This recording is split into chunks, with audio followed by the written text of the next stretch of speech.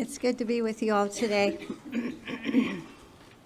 I guess it's nap time, but I'll try my best to keep you all awake. I'll admit, doing something like this has taken me out of my comfort zone. I'm pretty sure my heart's beating a lot faster than yours is right now.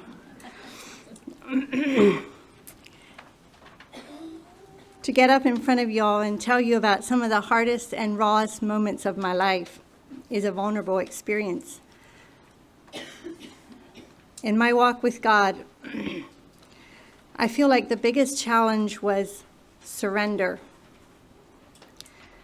The way I thought my life was going to look and the way it actually looks is two complete different stories. I do want you to know that God was still good throughout all of my life, but I could only believe and experience that as I surrendered to Him.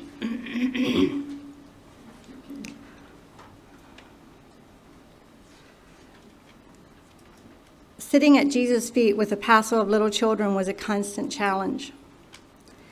I used to wonder what it would feel like to be able to sit down with a cup of coffee, and my Bible and my journal, and be uninterrupted, have all the time in the world, no one would interrupt me, and just have that time with God.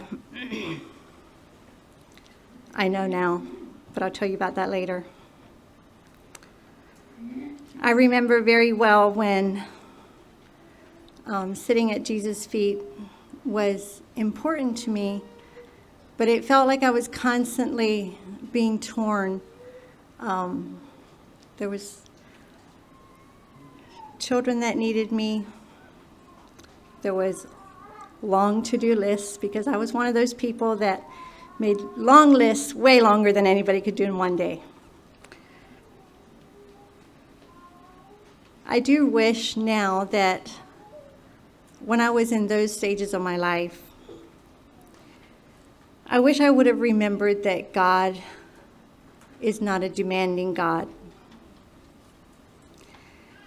I wish I would have understood God's gentleness with mothers. He knows when we're stretched thin. He knows our frame. He knows we were just dust. He made us. He's not an unreasonable God that demands a set amount of time at a certain time of the day. I do think those are all wonderful goals, to plan to sit with Jesus at a certain time for so many minutes. In a perfect world, I guess that's a good goal. But none of us live in a perfect world, and we all have demands and obligations and things that we need to do. And we just can't live the perfect life. But I'm so grateful that God understands our deepest desires. He understands our limitations. He knows what we want. He knows the deepest desires of our heart. Recently, I heard a preacher say, God doesn't want our time. He just wants all of us. And I thought that was so special. You know, we do have, when we have a lot of responsibilities and we have a lot of demands on us, we don't have all the time we want to sit and be still. We do have the privilege to portray God all day, every day. We can do that. And I find that a blessing to know that God understands when we can't do it just like we want to. When one of my sons was a baby, I decided that at nighttime when he wakes up, I would make that my prayer time. The house was quiet, the world was dark, there was no interruptions. I would settle on the chair to feed my baby and I talked to God. And I found that a huge blessing. I was almost sad when he started sleeping all night. I'm sure that didn't last long though. It was also during the time when Pablo Yoders were experiencing nighttime robberies. And I felt like I was helping God to keep the angels around their house. Now, we all know he didn't need my help, but it was a satisfying feeling just to know that I could partner with God. For as long as I can remember, I have loved music. Songs minister to me in words nothing else, like nothing else can. I probably have a list of a dozen songs that I could tell you that I know exactly when I first heard that song, and I have a story to go with that song. Music just does a lot for me. In 2001, we moved from our home in Pennsylvania to Virginia with our church plant. We were excited. We had 4 little boys, and we were excited about moving. However, there was a part of the story that wasn't real exciting. So when we had initially volunteered to move with the outreach, I think the church had 3 or 4 different places that they were suggesting that the outreach group should visit and look at so we could decide where we wanted to move to. Virginia was on that list, but it was on the bottom of my list. There was nothing in Virginia that I needed or wanted, and I was quite certain about that.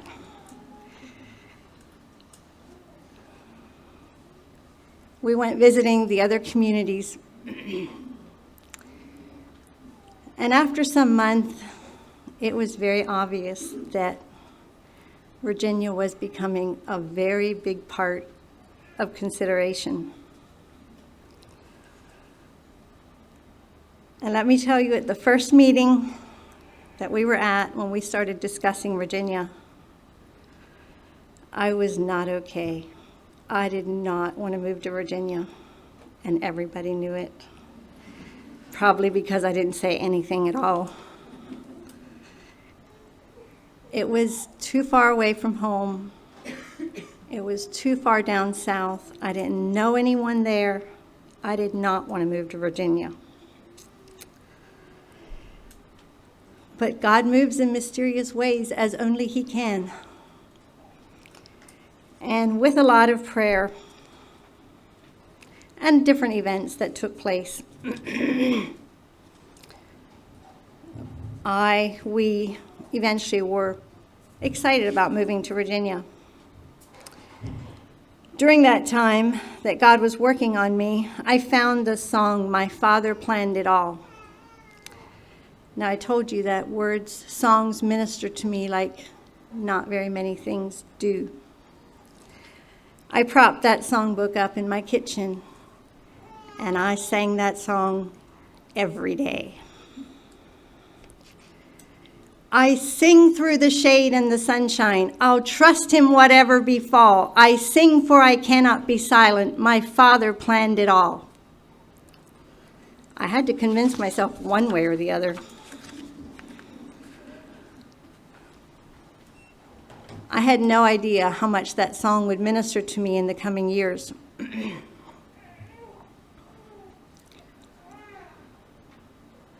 My husband passed away 9 years ago, almost 10.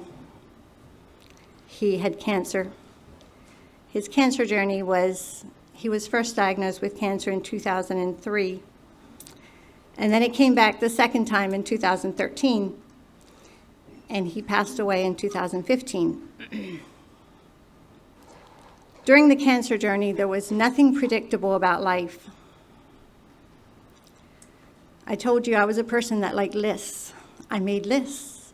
I wanted to know what was going to happen next, and I wanted to do those things. Many times I felt like God was once again stripping me of all sense of control. When his health kept spiraling downward, and I had tried many things. The first time he had cancer, we had done chemo, and the second time he had cancer, I studied many cancer books. We had gone to Mexico. We had done many, many things. But yet again and again, we got another bad report. It was very, very hard. Where was God, and exactly what was he trying to accomplish? Over and over, we had to yet again surrender our will to his. Going through hard things causes a person to do very deep soul searching, and we were no exception. Where was God? Why was he not answering our prayers? Was there something hindering our prayers? And in the middle of all that, the old devil wanted us to believe that God didn't care and that we didn't have enough of faith. You've been there. You know what that feels like. In September of 2003, when my husband was first having some really strange back pains, he was also very tired and just sick. After going to 2 doctors and still no answers, I was talking to a friend at church one evening. I was telling her that he was having terrible night sweats. It was awful. He would sweat and the bed would get totally wet. I would have to change it. Sometimes it happened more than once a night. She got a very concerned look on her face. And she said, you need to check that out. Well, we had already gone to 2 doctors. But I went home that night and I was very, very troubled. Because she had had a daughter that had cancer some years prior to that. And I felt like she knew something that she wasn't telling me. But I was too scared to ask. I went to bed and it took me a long time to fall asleep. However, at some point I woke up. I had had a dream or something. I sat up in bed and I said, what was that? There was a soft moonlight coming in the window. And somehow I felt like God was there, like he was very close. And I did not understand, but in this dream that I had, there was a group of people that were singing, chanting over and over, "The joy of the Lord is your strength. The joy of the Lord is your strength." I sat there for some time and I was like, what is this?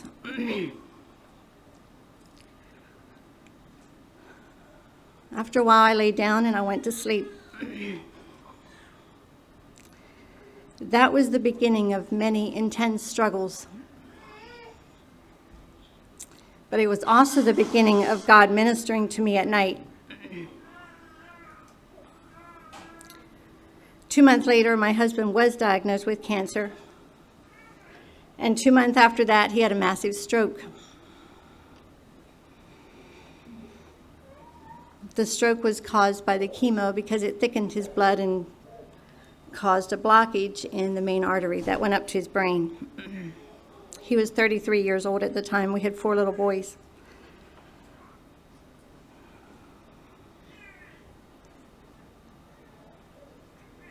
After the stroke, he had to have lots of therapy.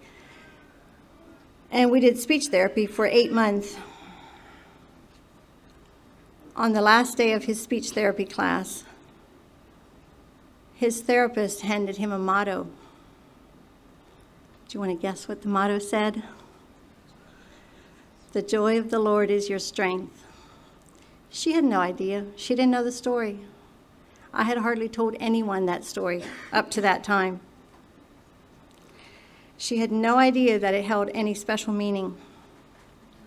Again, I felt like I was touched by God. Like I said, my husband had a massive stroke. It was on a Sunday night, and we were rushed to the hospital. We were there for 17 days. The stroke had completely taken his speech. He could not talk at all. He couldn't make a sound. The first several days were a complete blur. Reality did not sink in. I knew they told me he had a stroke. But what does a stroke do to a 33-year-old? I mean, old people had strokes. What was it?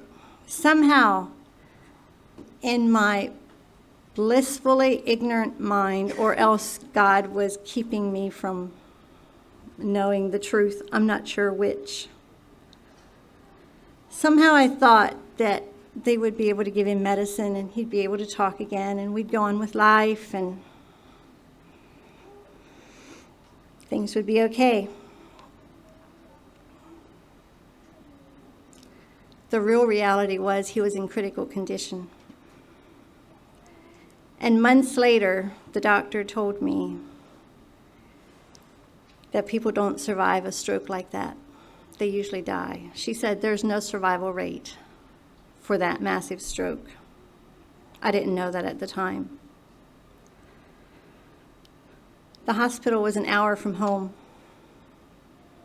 I stayed there until Thursday evening. The children had come in on Wednesday evening, and I was planning to go home with them. But then the doctors were starting heparin, which is a blood thinner. And because of the risk involved in that, the nurse told me that she wouldn't go home if she was me. So I stayed another night. Thursday evening, someone came into the hospital and took me home. And of course, with it being an hour from the house, it was after 9 until I got home, and we stayed up and talked for a long time. And then I went to bed. I was totally exhausted. I hadn't slept in a bed since Saturday night. I was 7.5 months pregnant. And getting into bed by myself, it felt like reality suddenly hit me. Was this the beginning of going to bed alone? Was I going to be a young widow? I had so many questions and no answers.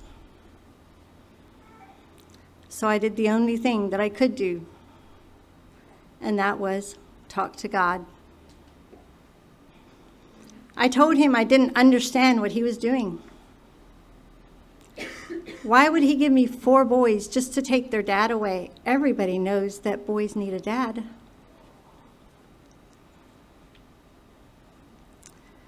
I told him I couldn't raise these children alone, and I couldn't have this baby without my husband.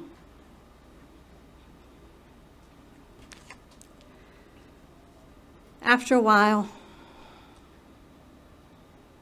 I also told God that he promised in his word to care for his children, and I'm holding him to that promise.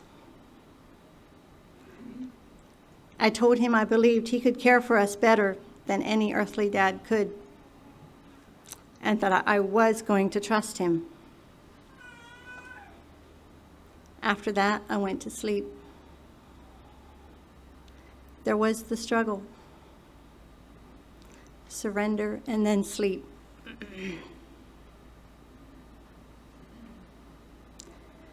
We came home from the hospital on February 17 to a completely different life. Our 5th son was born on March 15. My husband was the kind of person before, he was the life of the party. He never met a stranger. He loved adventure. He loved life. He loved auctioneering. He loved to talk. It was taken away. He could not talk. Speech therapy did a lot for him, but time and practice did a lot more. Speech therapy got him started, but then they could only go so far with him, and he really needed to just do life. We came home to a life of therapy. We did some brain exercises to stimulate his brain.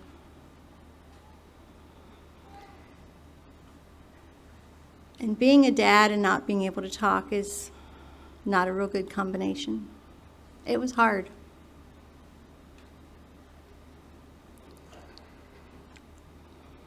His comprehension was challenged. Life was completely different.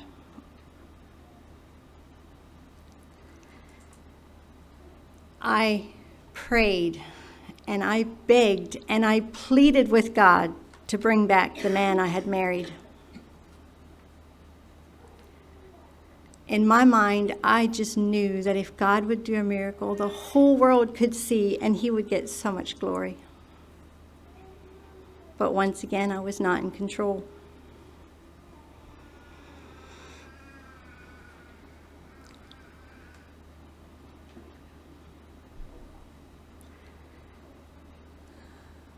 When our baby was learning to talk like babies do, I was hoping that my husband would learn to talk with our baby. But after a while, Carlin could talk better than his dad. I was hoping that when Carlin went to first grade to school,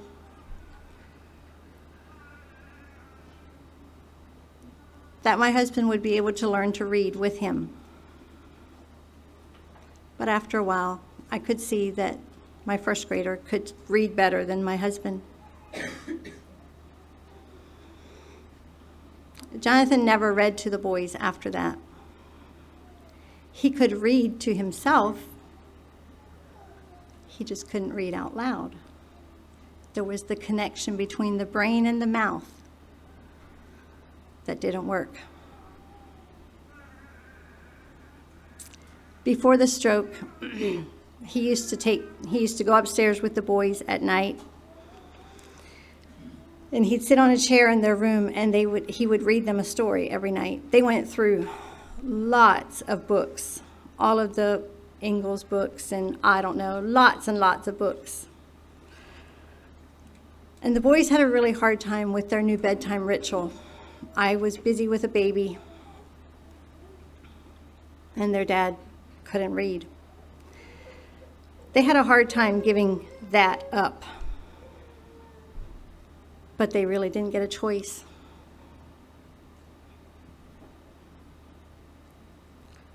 It was during this period of my life that God showed me one day that I had a choice.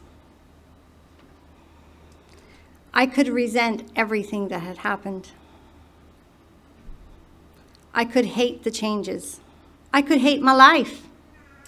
I could become bitter and miserable and make life miserable for everyone around me.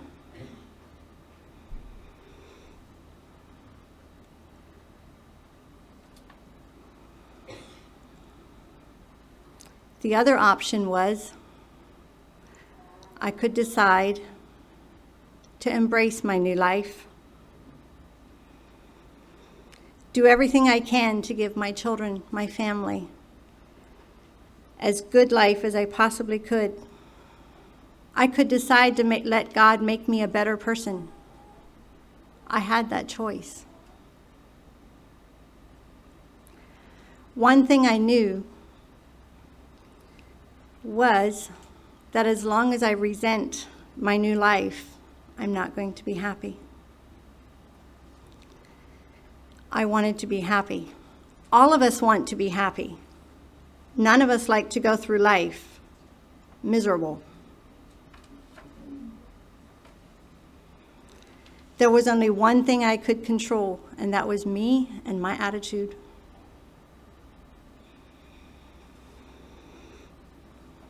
I figured out that the only way for me to be happy was to surrender my life to God's, to this new plan that I was thrown into. And so I did. Over and over and over again, It was by far not once and done. Life moved on and we adapted. We looked like a normal family. In fact, we felt mostly normal. He could work again. He looked good. The stroke never made him look like a stroke patient. He just couldn't talk. But it was a big deal.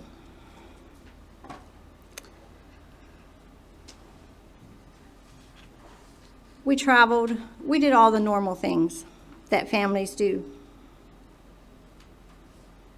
We had also been told by the doctors that if this cancer comes back, it will come back with vengeance. And it did. In 2013, he was having some very alarming symptoms. The next 2 years were filled with surgeries,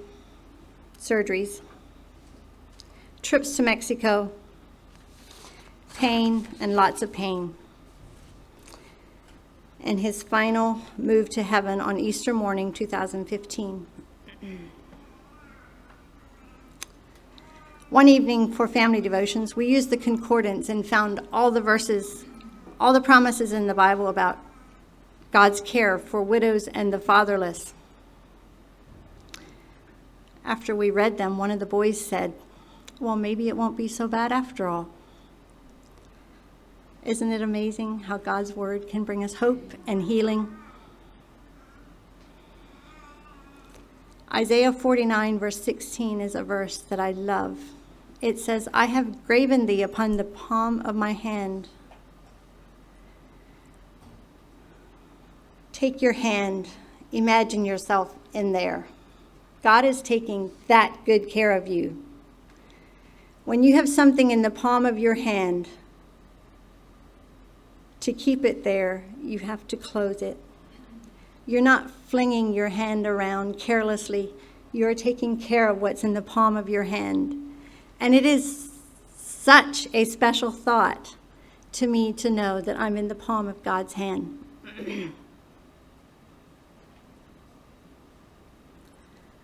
I don't know what for hard things you are going through. We all go through hard things. Our stories are not the same. Your heart is different than mine. But God's got you. You're not alone. He loves you. He cares about all the things that you're worried about. Psalm 138, verse 8 says, "The Lord will perfect that which concerns me." Do you have any concerns? When I'm concerned about something, I like to say, "God, I'm concerned about this. Perfect it. You said you would." I don't manage to let it roll off my shoulder quite that easy, but that's still what I say.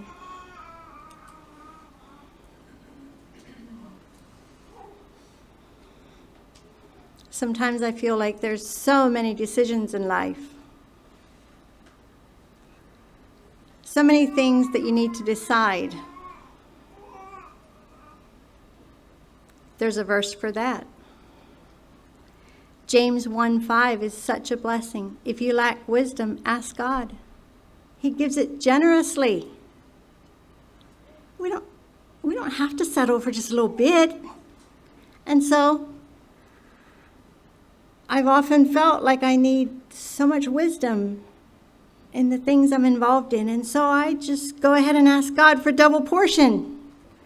I mean, why not? He'll give it generously if we ask him, so let's ask him.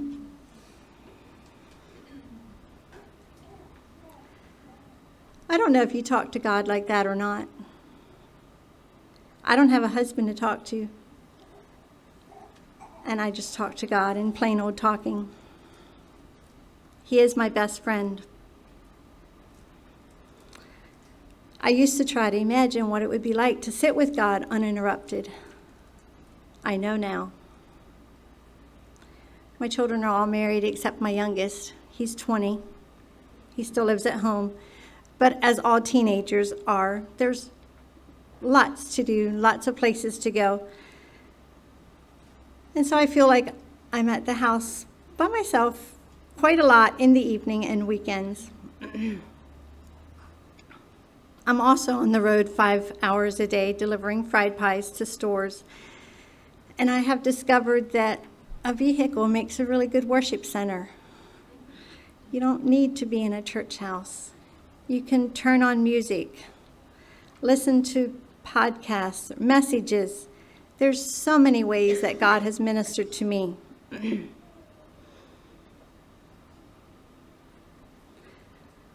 I don't know if you all have the same distraction I have or not. I have a phone.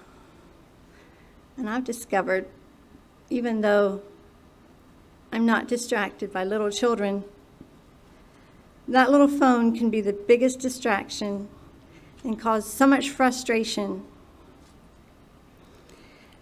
About 8 months ago, I was telling my son, I said, I feel like I'm not the person I want to be. This phone annoys me. I feel like I can't control myself, and I wasn't doing bad things, just aimless, mindless things. And he looked at me and he said, you want me to fix it? So I threw my phone at him. I don't know how he did it because I'm not techie and I'm not smart. I threw my phone at him, and he set it so that at 6 o'clock every evening all my apps lock up. And so now I can't do mindless things on my phone, and I'm quite okay with that. I find it very freeing, except I was frustrated that a 54-year-old woman can't control herself better than that. I don't know. If you have any advice, you may tell me. Anyway, I'm hoping you can understand through this little glimpse into my life that God cares very much about you. Jeremiah 29, verse 11 is my life verse. For I know the plans I have for you, declares the Lord, plans to prosper you and not to harm you, plans to give you hope and a future. I have no idea what this verse means for me, but I do know he has a plan and he gives hope. A person cannot live without hope, and God gives that. God bless you all.